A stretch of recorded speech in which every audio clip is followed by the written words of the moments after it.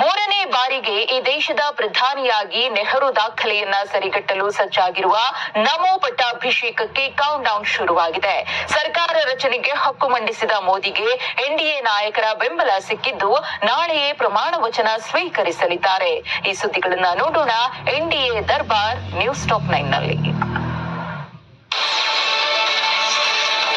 ಮೂರನೇ ಬಾರಿಗೆ ನರೇಂದ್ರ ಮೋದಿ ಪ್ರಧಾನಿ ಪಟ್ಟ ಅಲಂಕರಿಸಲು ಸನ್ನದ್ಧರಾಗಿದ್ದಾರೆ. ಪ್ರಚಂಡ ಬಹುಮತದೊಂದಿಗೆ ಎರಡನೇ ಅವಧಿ ಪ್ರಧಾನಿಯಾಗಿದ್ರು ಎನ್ಡಿಎ ನಾಯಕರನ್ನ ಸೇರಿಸಿಕೊಂಡು ಸರ್ಕಾರವನ್ನ ಮೋದಿ ನಡೆಸಿದ್ರು.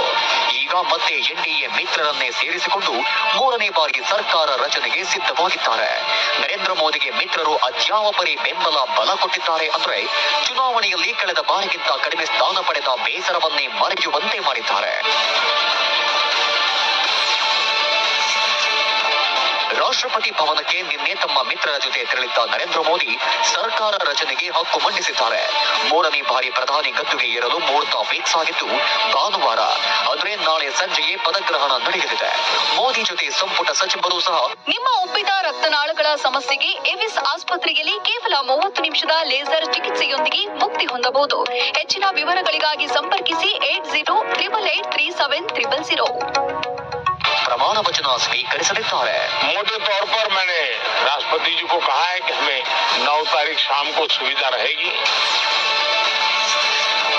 ರಾಷ್ಟ್ರಪತಿ ಭವನಕ್ಕೆ ತೆರಳಿ ಸರ್ಕಾರ ರಚನೆಗೆ ಹಕ್ಕು ಮಂಡಿಸಿದ ನರೇಂದ್ರ ಮೋದಿಗೆ ಎನ್ಡಿಎ ಮಿತ್ರ ಪಕ್ಷಗಳ ನಾಯಕರ ದೊಡ್ಡ ಬಲವೇ ಸಿಕ್ಕಿದೆ.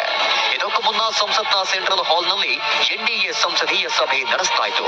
ಸಭೆಯ ವೇದಿಕೆಯಲ್ಲಿ ಮೋದಿ ಜೊತೆ ಜೆಡಿಯು ನಾಯಕ ನಿತೀಶ್ ಕುಮಾರ್, ಟಿಡಿಪಿ ನಾಯಕ ಚಂದ್ರಬಾಬು ನಾಯ್ಡು, ಜೆಡಿಎಸ್ ನಾಯಕ ಕುಮಾರಸ್ವಾಮಿ, ಜನಸೇನಾ ನಾಯಕ ಪವನ್ ಕಲ್ಯಾಣ್, ಅಜಿತ್ ಪವಾರ್, ಏಕನಾಥ್ ಶಿಂದೆ, ಅನುಪ್ರಿಯಾ ಪಟೇಲ್, ಚಿರಾಗ್ ಪಾಸ್ವಾನ್ ಸೇರಿದಂತೆ ಎನ್ಡಿಎ ಮಿತ್ರ ಪಕ್ಷಗಳ ನಾಯಕರೆಲ್ಲ ಉಪಸ್ಥಿತರಿದ್ದರು. ಸಂಸತ್ನ ಸೆಂಟ್ರಲ್ ಹಾಲ್ಗೆ ನರೇಂದ್ರ ಮೋದಿ ಬರ್ತಿದ್ದಂತೆ ಮೋದಿ ಮೋದಿ ಅನ್ನೋ ಘೋಷಣೆ ಮೊಳಗಿತು. ಸಭಾಂಗಣಕ್ಕೆ ಆಗಮಿಸಿದ ಮೋದಿ ಸಂವಿಧಾನವನ್ನ ಎತ್ತಿ ಹಿಡಿದು ತಲೆಬಾಗಿ ನಮಸ್ಕರಿಸಿದ್ರು. ಸಭೆಯಲ್ಲಿ ಮಾತನಾಡಿದ ರಾಜನಾಥ್ ಸಿಂಗ್ ನರೇಂದ್ರ ಮೋದಿ ಅವರ ಹೆಸರನ್ನ ಎನ್ಡಿಎ ಸಂಸದೀಯ ನಾಯಕನ ಸ್ಥಾನಕ್ಕೆ ಪ್ರಸ್ತಾಪಿಸಿದ್ರು. ಈ ವೇಳೆ ನಾಯಕರೆಲ್ಲರೂ ಮೇಜುಕುಟ್ಟಿ ಬೆಂಬಲ ಕೋರಿದ್ರು. मैं समझता हूं कि मोदी जी का नाम इन सारे पदों के लिए सबसे योग्य, उपयुक्त और सर्वोत्तम.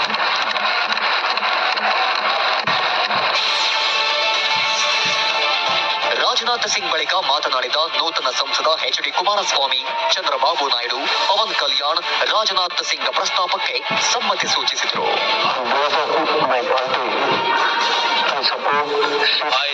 ಕೇಸರಿ